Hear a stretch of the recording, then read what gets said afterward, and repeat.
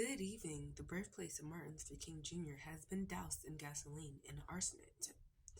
Tonight, we will touch base on the person behind bars and what we know about them and the violations they tried to attempt. This is a very chaotic and hectic situation. Those Samaritans who got to Martin Luther King Jr. birthplace in enough time to stop this woman in her tracks before she could create an even bigger disaster. Good evening. Once again, I am Ricky Bellamy. A Good Samaritan had contacted authorities after they found a woman trying to burn down Martin Luther King's home. Federal agents have entered the situation to make sure everything is okay, because after all, this is a national government property. Now let's take a moment to look at this nice short clip of the suspect trying to commit this crime.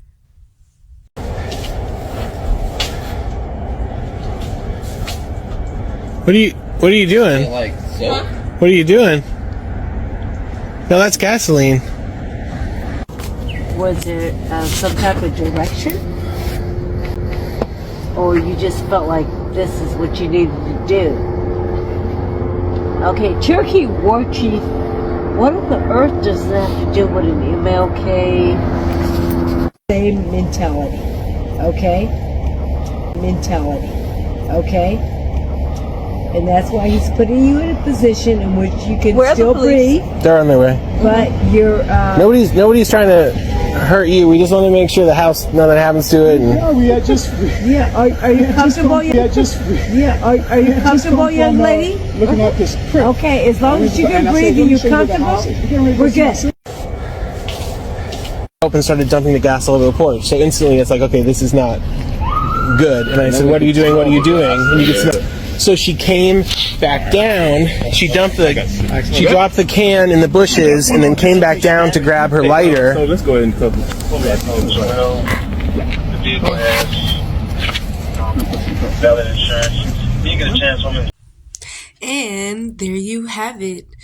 The suspect is known as an African-American woman, 26-year-old, going by the last name of Henderson. As you can see in the video, she clearly was the antagonizer and had the gasoline can in her hand, and intentions were not good. And as you can see in the video, off-duty NYPD officers had came to pin the woman down until the police officers came to make sure she didn't cause any more harm to the home, the people, or herself. The young woman is now arrested and in custody, and if the great brave civilians didn't come in enough time, then the house would have been burnt down in a matter of seconds. We would have lost a historical place. This very case here would have had a major impact on the nation, national-wide, African Americans especially, because we already are losing another history and a part of us that was great, that would have been gone. And so happy for it to be saved.